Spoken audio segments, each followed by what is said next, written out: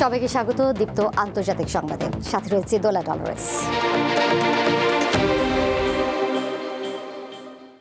মিয়ানমারের একটি হাসপাতালে জান্তা বাহিনীর বিমান হামলায় অন্তত ৩১ জন নিহত হয়েছে, আহত হয়েছে কমপক্ষে ৩৮ জন। স্থানীয় সময় বুধবার রাখাইন রাজ্যের ম্রাউক ইউ জেনারেল হাসপাতালে এই হামলা চালানো হয়। বার্তা সংস্থা এএফপি জানায়, হামলার পর হাসপাতালের পরিস্থিতি ভয়াবহ রূপ নেয়। আহতদের মধ্যে অনেকের অবস্থা আশঙ্কাজনক। এই অবস্থায় মৃতের সংখ্যা আরও বাড়তে পারে বলে ধারণা করা হচ্ছে। আগামী ২৮ ডিসেম্বর মিয়ানমারে সাধারণ নির্বাচনের ভোট হওয়ার কথা রয়েছে।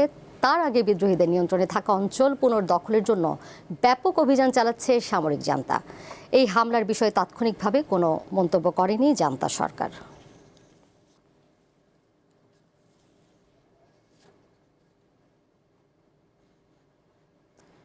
যুদ্ধবিধ্বস্ত গাজার দিকে এগিয়ে আসছে শক্তিশালী ঘূর্ণিঝড় বায়রন।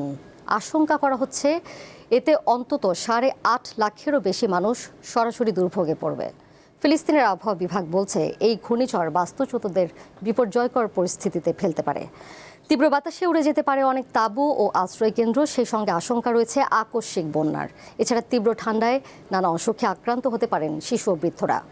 ঝড়ের প্রভাবে এরই মধ্যে ভূমধ্য সাগরের পানির স্তর বাড়তে শুরু করেছে। গাজার সৈকতের কাছে থাকা অনেক তাঁবু তলিয়ে গেছে। টানা বর্ষণ শুরু হয়, ব্যাহত হচ্ছে জনজীবন। জলাবদ্ধতা দেখা দিয়েছে বেশ কিছু স্থানে।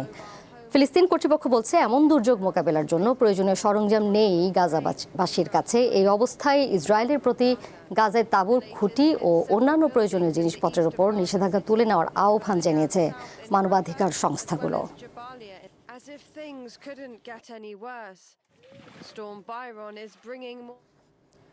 যুক্তরাষ্ট্রে বিদেশিদের জন্য নতুন গোল্ড কার্ড ভিসা চালু করেছেন প্রেসিডেন্ট ডোনাল্ড ট্রাম্প। এই প্রকল্পের মাধ্যমে যারা কমপক্ষে $10 লাখ দিতে পারবেন তাদের খুব দ্রুত মার্কিন ভিসা দেওয়া হবে। স্থানীয় সময় বুধবার সামাজিক মাধ্যমে ট্রাম্প জানান, এই কার্ড সকল যোগ্য ও যাচাইকৃত ব্যক্তির জন্য মার্কিন নাগরিকত্ব পাওয়ার সরাসরি পথ।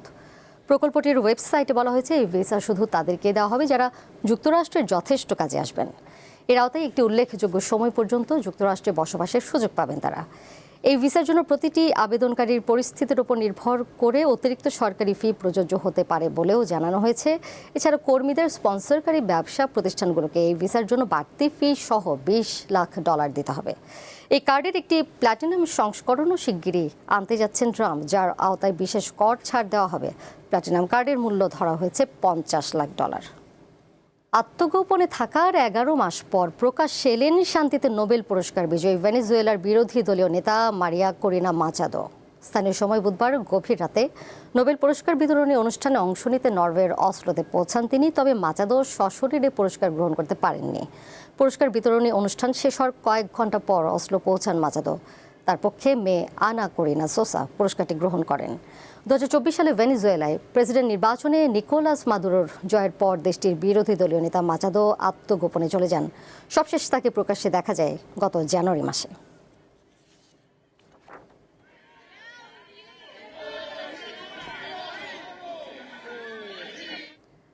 বিশ্বজুড়ে খাদ্য উৎপাদন ও প্রক্রিয়াজাতকরণে মাত্রাতিরিক্ত রাসায়নিক দ্রব্য ব্যবহারের ফলে শিশু জন্মহার ব্যাপকভাবে হ্রাস পেতে পারে।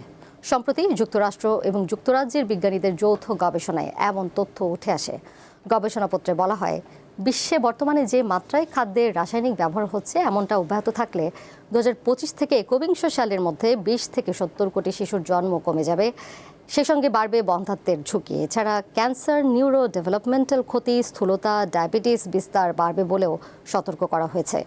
গবেষকরা বলছেন, এসব রাসায়নিক শুধু রোগী বাড়াচ্ছে না, বরং পরিবেশ ও কৃষির ওপরও ব্যাপক ক্ষতি ডেকে আনছে।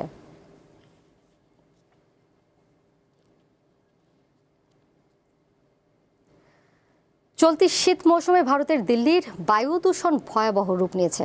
ফলে শ্বাসকষ্টে ভুগছে অসংখ্য মানুষ। এর মধ্যে শিশুর সংখ্যা বেশি। দূষণ নিয়ন্ত্রণে সম্প্রতি মেঘের মধ্যে রাসায়নিক ছড়িয়ে বৃষ্টি ছড়ানোর চেষ্টা চালানো হলেও তাতে কাজ হয়নি।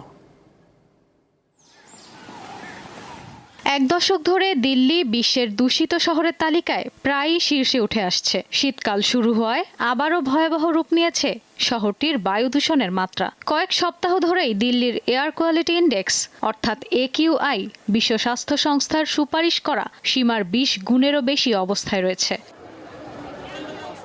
দিন দিন দিল্লির বাতাস এতটাই খারাপ হয়ে উঠেছে যে 2022 থেকে 2024 সালে শহরের 6টি প্রধান সরকারি হাসপাতালে তীব্র শ্বাসকষ্টে আক্রান্ত রোগীর সংখ্যা ছিল 2 লাখের মতো। এমনটাই জানিয়েছে ভারতের কেন্দ্রীয় সরকার। 2022 সালে তীব্র শ্বাসকষ্টে 67,054 জন আক্রান্ত হওয়ার তথ্য এই 6 হাসপাতালে নথিভুক্ত হয়েছে। 2023 সালে এই সংখ্যা ছিল 69,293 এবং 2024 সালে 68,411। গ্লোবাল বার্ডেন অফ ডিজিজের গবেষণায় দেখা গিয়েছে 2023 সালে দিল্লিতে যতজনের মৃত্যু হয়েছে তার শতকরা প্রায় 15 ভাগের ক্ষেত্রে দূষিত বায়ুর প্রভাব রয়েছে, অর্থাৎ 7 জনের মধ্যে 1 জনের মৃত্যু হয়েছে দূষিত বায়ুর কারণে। দিল্লির খারাপ বায়ুর সবচেয়ে বেশি মূল্য দিতে হচ্ছে শিশুদের। দূষণ যত বৃদ্ধি পাচ্ছে শিশুদের অসুস্থতা ততই বাড়ছে। দিল্লি জুড়ে হাসপাতালগুলোতে এখন অসুস্থ শিশুর ভিড়। চিকিৎসকরা জানান, অতীতে এই মৌসুমে শতকরা 20 থেকে 30 ভাগ রোগী শ্বাসকষ্টে ভুগত। চলতি বছর তা বেড়ে 50 থেকে 70 ভাগে দাঁড়িয়েছে। শীতে দিল্লির এই ভয়াবহ বায়ু দূষণের কারণগুলোর মধ্যে রয়েছে শিল্প কারখানার ধোঁয়া, যানবাহনের ধোঁয়া, শীতে তাপমাত্রা কমে যাওয়া, বাতাসের গতি কম থাকা এবং ফসলের অবশিষ্ট অংশ পোড়ানো। দূষণ নিয়ন্ত্রণে ক্লাউড সিডিং অর্থাৎ মেঘের মধ্যে রাসায়নিক ছড়িয়ে বৃষ্টি ঝরানোর চেষ্টা চালানো হলেও তাতে কাজ হয়নি। 3-3 বার ক্লাউড সিডিং করেও নামানো যায়নি বৃষ্টি। গত 1 দশকে শীতকালে বহুবার দিল্লির গড় এয়ার কোয়ালিটি ইন্ডেক্স বা AQI 400-র ওপরে চলে গেছে। এটি অত্যন্ত গুরুতর পরিস্থিতি। বিশেষজ্ঞরা বলছেন, দূষণের এই মাত্রা সুস্থ মানুষের জন্য ক্ষতিকর, আর আগে থেকেই অসুস্থ রয়েছেন এমন মানুষের জন্য বেশ ঝুঁকিপূর্ণ।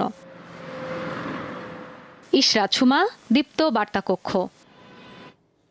আর এই ছিল দীপ্ত আন্তর্জাতিক সংবাদে। আমন্ত্রণ রইল পরের আয়োজনে। এছাড়াও আরও তথ্য এবং বিনোদনের নানা খবরাখবর জানতে যুক্ত থাকুন দীপ্ত ডিজিটাল প্ল্যাটফর্মে। ধন্যবাদ সবাইকে।